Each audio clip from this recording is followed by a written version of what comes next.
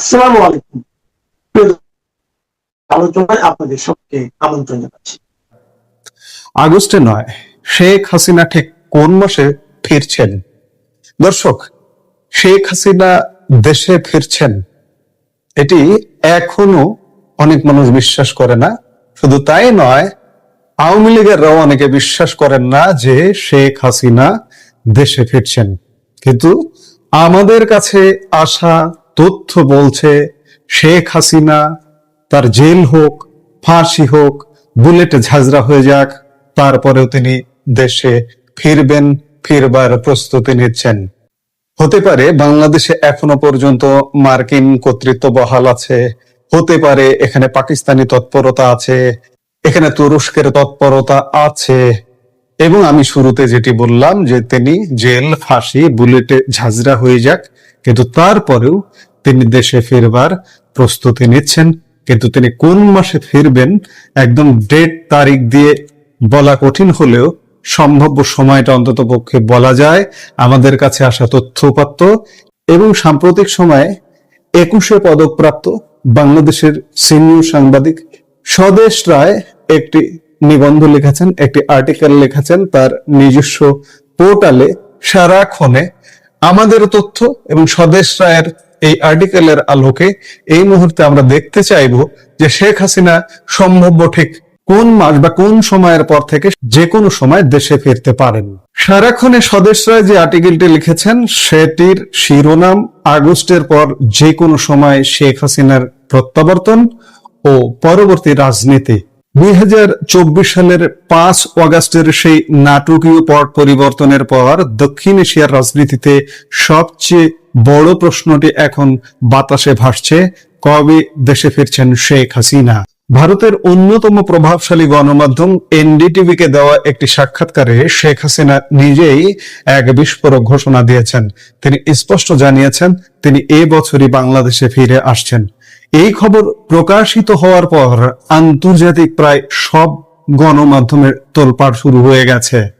তোলপাড়টা এমনই, পৃথিবীর কোন প্রান্তে আপনি যাবেন, আপনি ভারতেরই 50টা গণমাধ্যমে কমপক্ষে এই খবরটি প্রকাশ হয়েছে, চীনের গণমাধ্যমে প্রকাশ হয়েছে, রাশিয়ান গণমাধ্যমে প্রকাশ হয়েছে, মধ্যপ্রাচ্যের প্রায় সব দেশের গণমাধ্যমে প্রকাশিত হয়েছে, ইউরোপের সব দেশের গণমাধ্যমে প্রকাশিত হয়েছে, আমেরিকার গণমাধ্যমে প্রকাশিত হয়েছে। অর্থাৎ সারা পৃথিবীতে এটি একটি তোলপাড় ফেলে দিয়েছে। শতাধিক গণমাধ্যমে শেখ হাসিনার এই এনডিটিভির সাক্ষাৎকারে দেওয়া সময়সীমা প্রকাশ করে এবং নিজস্ব বিশ্লেষণ, এনডিটিভির সাক্ষাৎকারকে বেস করে নিজস্ব বিশ্লেষণ প্রকাশ করেছে পৃথিবীর তাবৎ বড় শীর্ষ শতাধিক গণমাধ্যম। আর এতেই চারিদিকে তোলপাড় শুরু হয়ে গেছে। কিন্তু তিনি ঠিক কবে ফিরছেন? নির্ভরযোগ্য রাজনৈতিক সূত্র এবং ভেতরের খবর যা বলছে তাতে জুলাই বা আগস্ট মাসে তার ফেরার কোনো সম্ভাবনা নেই। তাহলে কি সেপ্টেম্বর হতে যাচ্ছে সেই মহেন্দ্রক্ষণ? শেখ হাসিনার এই সম্ভাব্য প্রত্যাবর্তন কি বাংলাদেশের রাজনীতিতে নতুন কোন ঝড়ের আভাস? কেন প্রখ্যাত সাংবাদিক সাবির মুস্তফা মনে করছেন সরকার তাকে হজম করতে পারবে না? আর কেনই বা রুমিন ফারহানা বলছেন 52% মানুষকে বাদ দিয়ে দেশ চালানো অসম্ভব? এই মুহূর্তের ভিডিওতে প্রতিটি তথ্যের চুলচেরা বিশ্লেষণ করব আমরা। পুরো ভিডিওটি শেষ পর্যন্ত দেখুন, কারণ বাংলাদেশের রাজনীতির আগামী দিনের ভবিষ্যৎ লুকিয়ে আছে এই সমীকরণে। প্রথমে আসা যাক টাইমিং এর প্রশ্নে। শেখ হাসিনা কেন জুলাই বা আগস্টে ফিরছেন না? এর পেছনে রয়েছে এক অদ্ভুত মনস্তাত্ত্বিক ও ঐতিহাসিক কারণ। বাস্তববাদী রাজনীতি করলেও আগস্ট মাস নিয়ে আওয়ামী লীগ এবং শেখ হাসিনার মধ্যে এক ধরনের সুপার স্টেশন বা অন্ধবিশ্বাস কাজ করে।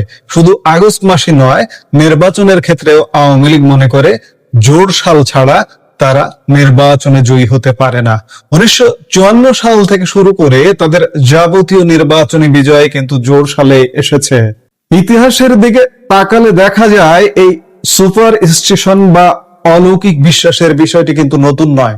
রোমান বীর জুলিয়াস সিজার, অটোমান সাম্রাজ্যের প্রতিষ্ঠাতা সুলতান মেহমুদ কিংবা ভারতের আধুনিক ও দূরদর্শী নেত্রী মিসেস ইন্দিরা গান্ধীরও এমন কিছু নিজস্ব বিশ্বাস ছিল।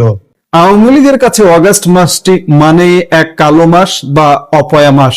এর পেছনে রয়েছে রক্তক্ষয়ী ইতিহাস। 1947 সালের 14 অগাস্ট পাকিস্তান রাষ্ট্র গঠন, যা বাঙালির বঞ্চনার শুরু। 1975 সালের 15 অগাস্ট এক চরম ষড়যন্ত্রের মাধ্যমে বঙ্গবন্ধু শেখ মুজিবুর রহমানকে সপরিবারে নৃশংসভাবে হত্যা করা হয়। 2004 সালের 21 আগস্ট শেখ হাসিনাকে হত্যার উদ্দেশ্যে বর্বরচিত গ্রেনেড হামলা, যেখানে আইভি রহমান সহ 24 জন প্রাণ হারান। 2024 সালের 5 অগাস্ট ডক্টর ইউনূসের মেটিকুলাস ডিজাইন বা নিখুঁত নকশার মাধ্যমে শেখ হাসিনা সরকারের পতন। এসব কারণেই হয়তো শেখ হাসিনা তার প্রত্যাবর্তনের জন্য অগাস্ট মাসকে এড়িয়ে চলছেন।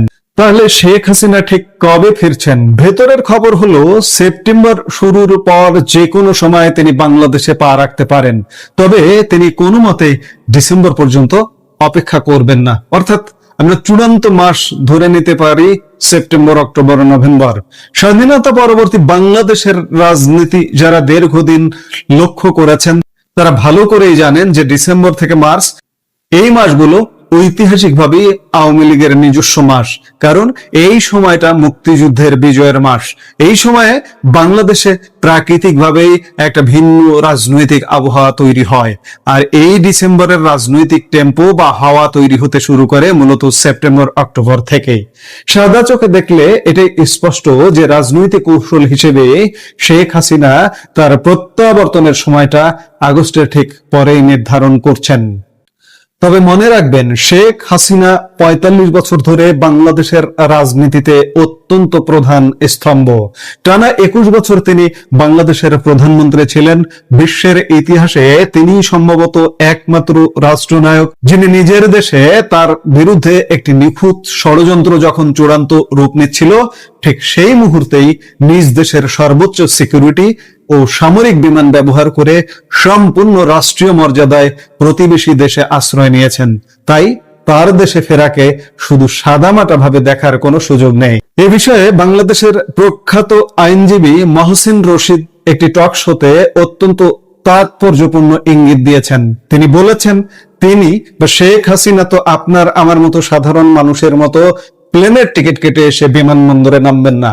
তিনি যেভাবে একটি রাষ্ট্রীয় ও সামরিক ব্যবস্থাপনায় গেছেন, ঠিক তেমনি একটি আন্তর্জাতিক ব্যবস্থার ভেতর দিয়ে এই দেশে ফিরবেন। দক্ষিণ এশিয়ার রাজনীতিতে এর উদাহরণও আছে। পাকিস্তানের নওয়াজ শরীফ যখন ফিরেছিলেন তখন বিমানবন্দরেই আদালত বসিয়ে তাকে মুক্ত মানুষ হিসেবে দেশে প্রবেশের সুযোগ করে দেওয়া হয়েছিল। তবে মহসিন রশিদের এই বক্তব্যের চেয়েও শেখ হাসিনার স্ট্যাটাস আরো অনেক বেশি মর্যাদাপূর্ণ। যে দেশটিতে তিনি বর্তমানে আছেন সেখানে শুধু সে দেশের সরকার তাকে আশ্রয় দেয়নি, বরং তাকে আশ্রয় দিয়েছে রাষ্ট্র, অর্থাৎ দেশের সংসদের সকল দলের জনপ্রতিনিধিরা সর্বসম্মতভাবে তাকে এই মর্যাদা দিয়েছেন। সর্বদলীয় বৈঠকে সিদ্ধান্ত নিয়ে শেখ হাসিনাকে সসম্মানে ভারতে আশ্রয় দেওয়া হয়েছে। ফলে তার ফেরাটা এক বিশাল আন্তর্জাতিক ও দেশীয় সমঝোতার ইঙ্গিত দেয়। শেখ হাসিনার এই প্রত্যাবর্তন বর্তমান বিএনপি সরকারের জন্য কতটা স্বস্তির হবে? বিবিসি বাংলা বিভাগের সাবেক প্রধান প্রখ্যাত সাংবাদিক সাবির মুস্তাফা একটি টক শোতে অত্যন্ত তাৎপর্যপূর্ণ মন্তব্য করেছেন। তিনি মনে করেন, শেখ হাসিনা যেদিন ফিরবেন সেদিন বিমানবন্দরে যাতে লাখ লাখ মানুষের ঢল না নামে তা ঠেকানোর জন্য সরকার ওই দিন ঢাকায় কারফিউ জারি করতে পারে। তিনি আরো স্পষ্ট করে বলেছেন, শেখ হাসিনা দেশে ফিরলে তাকে হজম করা বর্তমান সরকারের পক্ষে ভীষণ কষ্টকর হবে। অন্যদিকে স্বতন্ত্র সংসদ সদস্য রুমিন ফারহানা এক বিস্ফোরক সত্য উচ্চারণ করেছেন। তিনি বলেছেন, বর্তমান সরকার শেখ হাসিনার বিচার করার বা শাস্তি দেওয়ার মতো রাজনৈতিক অবস্থানে নেই। কারণ দেশের 52% মানুষকে বাদ দিয়ে কোন সরকারের পক্ষে চলা সম্ভব নয়। আর রাজনৈতিক বিশ্লেষকরা মনে করেন এই 52% বলতে তিনি মূলত আওয়ামী লীগ ও শেখ হাসিনার সমর্থক গোষ্ঠীকে ইঙ্গিত করেছেন। শেখ হাসিনাও তার সাক্ষাৎকারে হুঙ্কার দিয়ে বলেছেন, যাই ঘটুক আমি ফিরবো। এই যাই ঘটুক শব্দের গভীরতা অনেক। ভেতরের খবর বলছে তিনি জেলে যেতে, এমনকি বুক পেতে গুলি নিতেও প্রস্তুত আছেন। তিনি বলেছেন, এই দেশের মাটিতে তার বাবার রক্ত, তার পরিবারের রক্ত এবং বীর শহীদদের রক্ত মিশে আছে, তাই তিনি সেখানেই ফিরবেন। অর্থাৎ প্রয়োজনে সর্বোচ্চ আত্মত্যাগের মানসিকতা নিয়েই তিনি ফিরছেন। এখন প্রশ্ন জাগে, শেখ হাসিনা এই সাহস কোথা থেকে পাচ্ছেন? আর কেনই বা বিশ্লেষকরা বলছেন সরকার তাকে হজম করতে পারবে না? এর মূল ভিত্তি তৈরি হয়েছে ডক্টর ইউনূসের অধীনে হওয়া গত 12 ফেব্রুয়ারির তথাকথিত নির্বাচনের মাধ্যমে। এই নির্বাচনের পর আওয়ামী লীগ মনে করছে নৈতিকভাবে তাদের জয় হয়েছে, কারণ নির্বাচনের আগে ইউনূস সরকার এবং কয়েকটি মহল মিলে একটি তৃণমূল আওয়ামী লীগ বা কিংস পার্টি গড়ার আপ্রাণ চেষ্টা করেছিল, কিন্তু শত জেল জুলুম আর মৃত্যুর ভয় উপেক্ষা করেও কোন প্রকৃত আওয়ামী লীগার শেখ হাসিনার নেতৃত্ব ছেড়ে যাননি। ১/১১ সময়ের দলছুট হওয়া মেহেরপুরের এক সাবেক এমপি প্রচুর টাকা খরচ করে স্বতন্ত্র প্রার্থী দাঁড় করানোর চেষ্টা করলেও শেখ হাসিনা যখন সোশ্যাল মিডিয়া ও আন্তর্জাতিক গণমাধ্যমে তার কর্মীদের ভোট কেন্দ্রে না যাওয়ার নির্দেশ দেন, তখন প্রার্থীরা মাঠ থেকেই সরে দাঁড়ায়। এমনকি জিএম কাদেরের জাতীয় পার্টি নানামুখী চাপে নির্বাচনে অংশ নিলেও শেষ পর্যন্ত সেভাবে মাঠে ছিল না। ফলে নির্বাচনটি স্রেফ জামাত, বিএনপি এবং এনসিপির মতো দীর্ঘদিনের ন্যাচারাল অ্যালাই বা স্বাভাবিক মিত্রদের নিজেদের মধ্যে একটি ভাগাভাগির খেলায় পরিণত হয়। পরবর্তীতে জিএম কাদেরের নিজস্ব নির্বাচনী বিশ্লেষণে দেখা গেছে সর্বোচ্চ ভাগ মানুষ এই নির্বাচনে ভোট দিয়েছে, যেখানে রুমিন ফারহানাই বলছেন 52% মানুষকে বাদ দিয়ে দেশ চালানো অসম্ভব, সেখানে মাত্র 13% ভোটের এই ত্রুটিপূর্ণ নির্বাচনের মাধ্যমে আসা সরকার স্বভাবতই রাজনৈতিকভাবে অত্যন্ত দুর্বল। সাংবাদিক সাবির মুস্তফার কারফিউ আশঙ্কা উড়িয়ে দেওয়া যায় না, তবে শুভ চিন্তা থেকে বলা যায় কারফিউ দেওয়ার মতো ঝুঁকিপূর্ণ পদক্ষেপে হয়তো বর্তমান সরকার যাবে না, কারণ কারফিউ দিলেই যে কোনো সরকার এক সূক্ষ্ম সুতোর উপর দাঁড়িয়ে যায়। বাংলাদেশের ইতিহাস সাক্ষী, আইয়ুব খান, এরশাদ, ইয়াজউদ্দিন কিংবা সর্বশেষ স্বয়ং শেখ হাসিনা যারাই কারফিউ দিয়েছেন তার ফল শেষ পর্যন্ত সরকারের বিপক্ষে গেছে। সুতরাং অগাস্টের অবসানের পর বাংলাদেশের রাজনীতির প্রতিটি পাতা কোন দিকে উল্টায়, শেখ হাসিনার প্রত্যাবর্তন দেশের ক্ষমতা কাঠামোর কি পরিবর্তন আনে তা দেখার জন্য এখন শুধু সময়ের অপেক্ষা। September, October, maximum November, December পর্যন্ত শেখ হাসিনা অপেক্ষা করছেন না।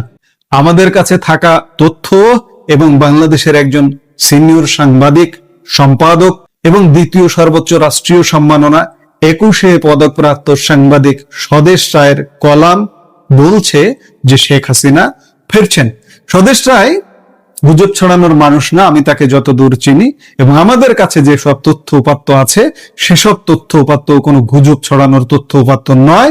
শেখ হাসিনা যে ফিরছেন এটি এক প্রকার নিশ্চিত। কাজেই অগাস্টের পর থেকে কাউন্টডাউন শুরু করতেই পারেন। বাংলাদেশের দখল হওয়া মিডিয়ার মধ্যে 71 টেলিভিশন অন্যতম। ক্ষমতা দখল করেই 71 মিডিয়াও দখল হয়ে গেছে। এই দখল হওয়া মিডিয়ায় তথাকথিত জুলাই জাদুঘরে হওয়া অনিয়ম নিয়ে একটি রিপোর্ট প্রচারিত হয়েছে। সেই রিপোর্টের কোথাও অবৈধ ইউনূস সরকারের আরো অবৈধ মোস্তফা সরোয়ার ফারুকীর নাম না নিয়ে রিপোর্টটি প্রচারিত হয়েছে। কিন্তু ফারুকী বেজায় চটেছেন। সে এখন তার ফেসবুকে মিডিয়াকে, সাংবাদিকতাকে 9-6 বলে গালাগাল দিচ্ছে। এই ফারুকী সেই ফারুকী যে কিনা উপদেষ্টার দায়িত্ব পেয়ে সাংবাদিকদের চাকুরি খেয়েছিলেন। চাকুরি দেওয়ার নাম করে জুলাই জাদুঘর প্রজেক্ট থেকে হাতিয়ে নিয়েছিলেন বিশাল অঙ্কের টাকা পয়সা, যা দিয়ে এখন তিনি অস্ট্রেলিয়াতে সেটেল করার চেষ্টা করে যাচ্ছেন। সবচেয়ে বড় কথা হলো এই ফারুকী শেখ হাসিনার শাসন আমলে দুধে ভাতে সুখে শান্তিতে ছিলেন, সিনেমা বানিয়েছেন, মানে হই হই রই রই করেছেন। আর এখন তিনি মব সৃষ্টি করে জুলাইয়ের সমালোচনাকারীদের হত্যারও আহ্বান জানাচ্ছেন। প্রশ্ন হলো, নাম না থাকার পরও ফারুকীর গায়ে কেন 71-এর রিপোর্ট ফসকা ধরালো? চলুন খুঁজে দেখা যাক।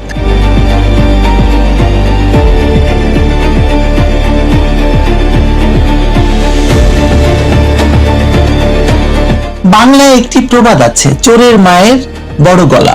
অথবা চোরের মন পুলিশ পুলিশ। ফারুকীর প্রতিক্রিয়া দেখে সেই প্রবাদটি বারবার মনে পড়ছে। নাম নেই রিপোর্টে, তবু গায়ে জ্বলছে, ফসকা পড়ে গেছে, কারণ রিপোর্টের প্রতিটি অক্ষর তার কর্মকাণ্ডকে নির্দেশ করছে।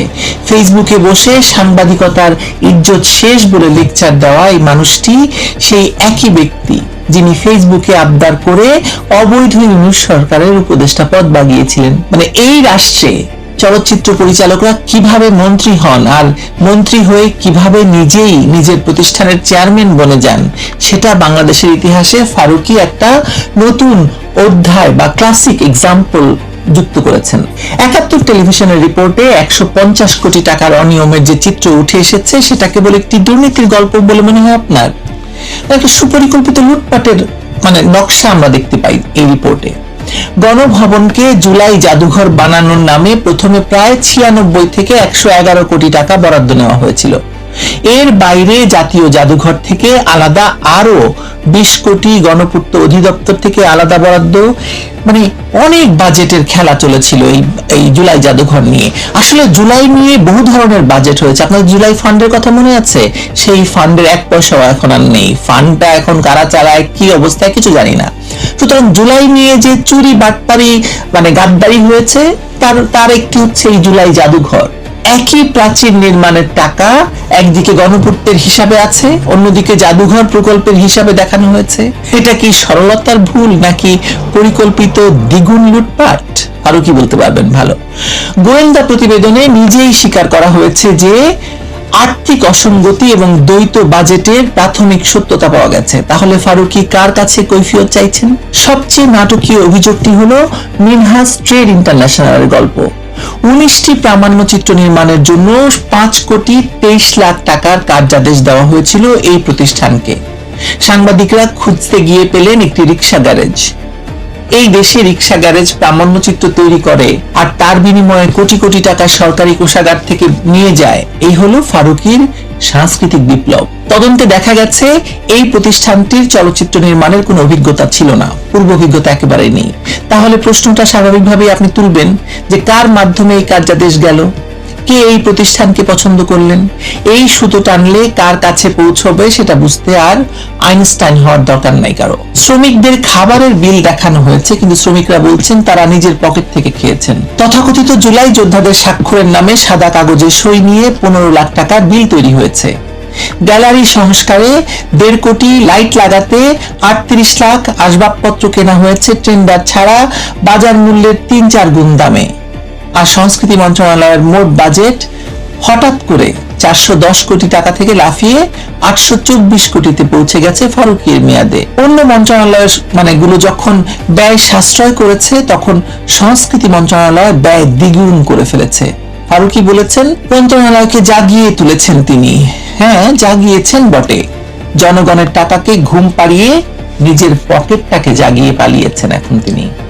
পালানোর ব্যাপারটা তো বলবো, সবচেয়ে বড় স্ক্যান্ডাল হচ্ছে যে স্বার্থের সংঘাত বা কনফ্লিক্ট অফ ইন্টারেস্টের বিষয়টি। তথাকথিত জুলাই স্মৃতি জাদুঘর অধ্যাদেশে বলা হয়েছিল শিক্ষা, ইতিহাস এবং সংস্কৃতি জগতের বিশিষ্ট বিশেষজ্ঞ এই জাদুঘরের বোর্ডের চেয়ারম্যান হবেন। কিন্তু ফারুকী নিজে উপদেষ্টা থাকা অবস্থায় জাতীয় নির্বাচনের মাত্র কয়েকদিন আগে গেজেট জারি করে নিজেই সেই চেয়ারম্যান পদটি বাগিয়ে নিয়েছিলেন। অর্থাৎ তিনি নিজেই নিজের নিয়োগকর্তা, নিজেই নিজের অধীনস্থ প্রতিষ্ঠানের প্রধান। এই নজিরবিহীন দুঃসাহস বাংলাদেশের প্রশাসনিক ইতিহাসে বিরল। পরবর্তীতে তারেক রহমানের সরকার ইউনূসের বর্ধিত সরকারটি সংসদে বিল সংশোধন করে ফারুকীকে সেই পদ থেকে লাথি দিয়ে সরায়। কিন্তু প্রশ্ন হলো, ক্ষতি যা হওয়াটা তো হয়ে গেছে, চেয়ারম্যান পদ হাতছাড়া হয়েছে, কিন্তু যে কোটি কোটি টাকা বেরিয়ে গেছে সেগুলো কোথায় গেল? এখন সামাজিক যোগাযোগ মাধ্যমে ছড়িয়ে পড়া নথি নতুন আগুন ধরিয়ে দিয়েছে ফারুকীর গায়ে। সেই নথিতে যদি সত্যি ফারুকী সহ সংশ্লিষ্টদের জিজ্ঞাসাবাদ, দেশ ত্যাগে নিষেধাজ্ঞা, ব্যাংক হিসাব যাচাই এবং সম্পদের তথ্য খতিয়ে দেখার নির্দেশ থাকে, তাহলে বিষয়টি তো আর ফেসবুক বিতর্ক হিসেবে আটকে থাকবে না, তাই না? এটি দুর্নীতি, ক্ষমতার অপব্যবহার, রাষ্ট্রীয় অর্থ আত্মসাতের ফৌজদারি ব্যাপার হয়ে দাঁড়াবে বা দাঁড়িয়েছে। নথিটির আনুষ্ঠানিক সত্যতা এখন আমি নিশ্চিত করতে পারছি না, কিন্তু সরকারের দায়িত্ব তাহলে একটাই, নথি সত্য বা মিথ্যা পরিষ্কার করে বলা হোক। চুপ করে থাকলে ধরে নেওয়া হবে যে কোথাও না কোথাও আগুন আছে বলেই এত ধোঁয়া উঠছে ফারুকের গা থেকে। সবচেয়ে গুরুত্বপূর্ণ প্রশ্নটা তুলি, দুর্নীতির অভিযোগ উঠেছিল, দেশ ত্যাগে নিষেধাজ্ঞা দেওয়ার কথা হয়েছিল, আমরা জানি, তদন্ত কমিটি গঠিত হয়েছিল। তারপরও ফারুকী সপরিবারে দেশ ছেড়ে অস্ট্রেলিয়ায় পৌঁছালেন কিভাবে? তিনি তো শেখ হাসিনা নন যে রাষ্ট্র তাকে হারকিউলিস বিমানে করে নিরাপদে অস্ট্রেলিয়া পাঠিয়ে দিয়েছে। আমরা তো সবাই জানি সেটা। কিন্তু ফারুকীকে কেউ বিমান দেয়নি, তিনি নিজেই পালিয়েছেন। আর এটাই সবচেয়ে বড় স্বীকারোক্তি। একজন নির্দোষ মানুষ দেশ ছাড়েন না, বিশেষত যখন তার বিরুদ্ধে তদন্ত চলছে। একজন নির্দোষ মানুষ ফোন ধরেন, জবাব দেন, মুখোমুখি হন। ফারুকী সেটা করেননি। তিনি ফোন ধরেননি, জবাব দেননি, দেশে থাকেননি, পরিবার নিয়ে চুপি চুপি অস্ট্রেলিয়ায় চলে যাচ্ছেন। আবারও বললাম যে উনি কিন্তু শেখ হাসিনা নন যাকে সেনাবাহিনী নিয়ে গিয়ে রেখে আসছে অস্ট্রেলিয়ায়। শেখ হাসিনাটা তো সেনাবাহিনী নিয়ে গিয়ে দিল্লিতে রেখে আসছে। যে ব্যক্তি একসময় মব ডেকে সমালোচকদের ঘাড়ে নিঃশ্বাস ফেলতেন, সেই ব্যক্তি যখন অন্ধকারে পালান তখন প্রশ্ন আর অনুমানের পর্যায়ে থাকে না, প্রশ্নটা বাস্তবতার মুখোমুখি হয়ে যায়। আর যে অসাধু কর্মকর্তাদের সহায়তায় নিষেধাজ্ঞা থাকার পরেও তিনি পার পেয়ে গেছেন, তাদেরও জবাবদিহিতা আওতায় আনা উচিত। আর তো কোনো নাটক চলার কথা নয় এখানে। কথিত জুলাই জাদুঘর এমন কোন পবিত্র গরু না যে তাকে প্রশ্ন করা যাবে না। তথাকথিত শহীদদের নাম, আহতের রক্ত, আন্দোলনের স্মৃতি, এসব নিয়ে যদি ভাউচার বানিয়ে থাকেন আপনি, তাহলে সেটি দুর্নীতি না তো, সেটা তো আপনার এইসব কথিত শহীদদের সঙ্গে প্রতারণা, ইতিহাসের সঙ্গে বিশ্বাসঘাতকতা। গণভবনকে জাদুঘর বানিয়ে যারা ইতিহাসের মালিকানা নিতে চেয়েছিল তাদের আগে হিসাব দিতে হবে গণভবনের দেয়াল, প্রাচীর, ল্যান্ডস্কেপ, ডকুমেন্টারি, খাবার, সাইনবোর্ড, শ্রমিক, ঠিকাদার, সবকিছুর। 100 কোটি টাকার প্রকল্পে যদি রিক্সা গ্যারেজের ঠিকানা থেকে ডকুমেন্টারি বের হয়, যদি শ্রমিক খাবার না পেয়ে থাকে অথচ খাবারের বিল উঠে, যদি একই কাজের জন্য 2 জায়গা থেকে টাকা দেখানো হয়, তাহলে কি ভুল বলবেন আপনি?